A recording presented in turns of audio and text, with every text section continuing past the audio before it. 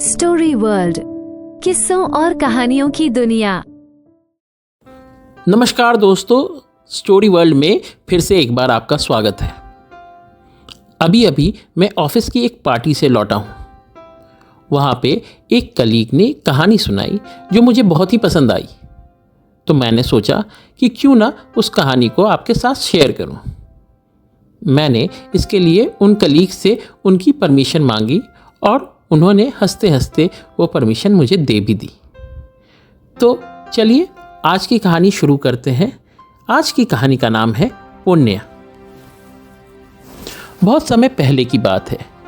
किसी शहर में एक धनवान सेठ अपनी पत्नी के साथ रहा करते थे। वे सेठ बहुत ही दयालु और धर्मात्मा किस्म के आदमी थे। वे सदैव दूसरों की मदद करने के लिए तत्पर रहा करते थे और ज़रूरतमंदों और गरीबों की पैसों से भी मदद करने में कभी पीछे नहीं हटते। इससे उनकी पत्नी हमेशा परेशान रहा करती थी। उन्हें लगता था कि सेठ पैसों की बर्बादी कर रहे हैं। वे कहती कि अरे आप पैसे इस तरीके से बांटते रहते हो, ये अच्छी बात नहीं है।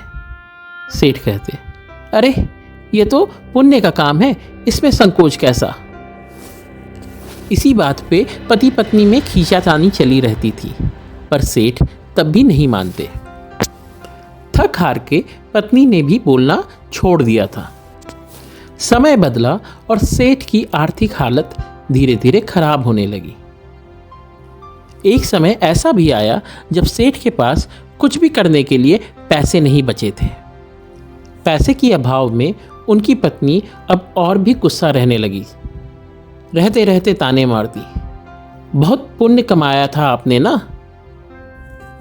यही है उस पुण्य का फल, चली गई सारी दौलत। अब तो घर के खर्चे चलाने के लिए भी पैसे नहीं बचे। सेठ परेशान रहने लगे। एक दिन उनकी पत्नी ने सुना कि बगल के गांव में कोई धनी सेठ लोगों के पुण्य खरीदता है।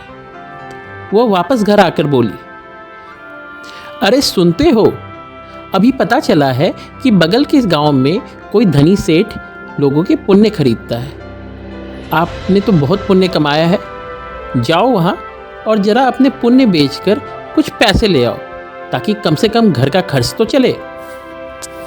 सेठ ने भी सोचा कि अगर ऐसा ही है तो कोशिश करने में कोई बुराई नहीं है। उन्होंने अपनी पत्नी से कहा कि सुनो, मेरा खाना बांध दो, मैं अभी ही वहाँ के लिए निकलता हूँ।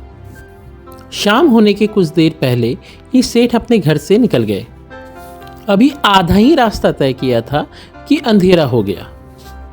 आगे ना बढ़ते हुए उन्होंने सोचा कि रात यहीं काट लेनी चाहिए।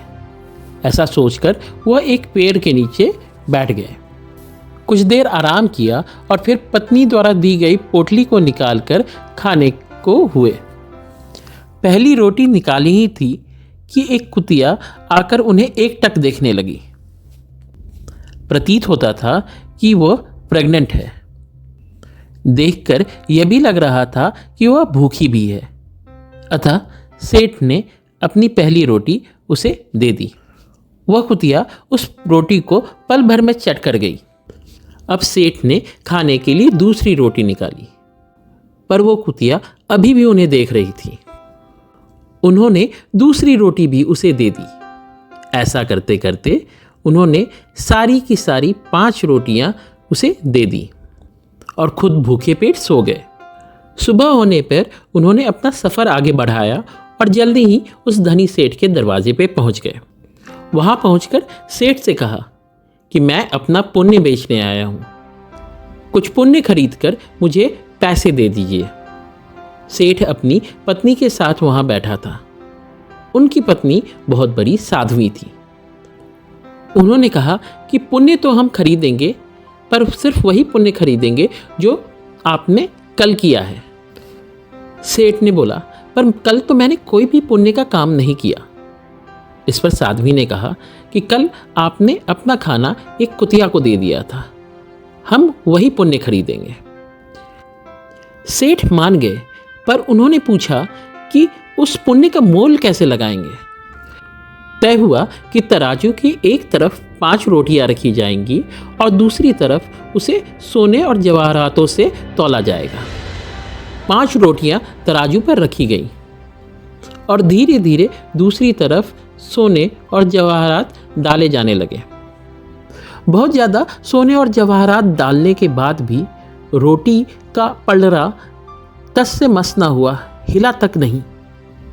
इस पर साध्वी ने कहा कि हम इस पुण्य को खरीद नहीं सकते, ये डील हो नहीं सकती, आप कृपया हमें क्षमा करें। यह सुनकर सेठ का मन बहुत दुखित हुआ, पर वह कुछ कर भी नहीं सकते थे। अतः भारी मन से घर लौटने लगे। घर लौटते लौटते उनको डर सताया कि घर में अब बहुत बड़ा कलह होगा। पत्नी बोलेगी कि बहुत पुण्य का काम करते थे, कहाँ काम आया वो पुण्य? पुण्य को बेच भी न पाए। झगड़े को कुछ देर टालने का सोच उन्होंने अपने झोले में कुछ पत्थर भर लिए ताकि लगे कि उन्हें सेठ के यहाँ से कुछ मिला है। घर पहुंचे तो पत्नी खुशी खुशी उनके पास आई, पर कुछ पूछने के पहले ही सेठ ने अपना झोला दिखाया और कहा कि देखो, पुण्य तो बेच के हमें पैसे मिले हैं, पर मुझे अभी बहुत भूख लगी है, तुम जरा मुझे पहले खाना खिला दो, उसके बाद ये देखेंगे। पत्नी ने खाना लगाया और सेठ खाने लगे।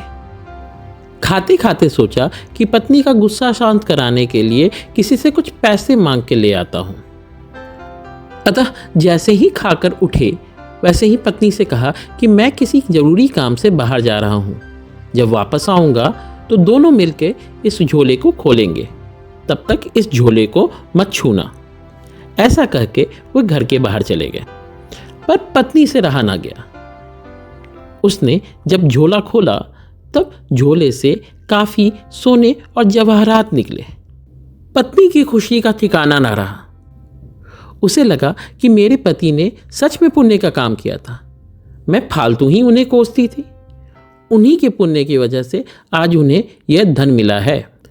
सेठ जब कुछ देर बाद घर वापस आए तो पत्नी दरवाजे पे ही मिल गई। चहकते हुए बोली कि वे सेठ बहुत ही भले आदमी हैं, उन्होंने आपके पुण्य का सच में कितना सही मोल लगाया है। सेठ को लगा कि उनकी पत्नी फिर से उन पर कटाक्ष कर रही है, पर वो कुछ ना बोले। इतने में उनकी पत्नी घर के अंदर गई और झोला लेकर वापस आई। झोले से सोने और जवाहरात निकालते हुए उन्हें दिखा के बोलने लगी, अब हमारे दिन फिर से सुधर जाएंगे, आपके किए गए पुण्य ने हमें बचा लिया। इतना धन देखकर सेठ भी खुश हो गए। इसके बाद उन्होंने और भी धन अर्जित किया और पुण्य के मार्ग पर चलते रहे। कहानी तो यहाँ खत्म हो गई, पर एक प्रश्न है कि उस साध्वी ने सिर्फ उसी दिन का पुण्य खरीदने का क्यों बोला जिस दिन सेठ ने अपनी रोटियां उस कुतिया को दे दी थी। अगर आपको इसका उत्तर पता है तो ज़रूर हमें कमेंट में बताएं। इस प्रश्न का उत्तर मैं अगले वीडियो में दूंगा। धन्यवाद। आशा करता हूं कि आज की कहानी आपको बहुत पसंद आई होगी। कृपया आप हमें अपना फीडबैक देते रहें ताकि हम अपने कहानियों को और भी अच्छी तरीके से आप तक लेके आएं। अगर कहानी पसंद आई है तो उसे लाइक, शेयर और सब्सक्राइब करना ना भूलें।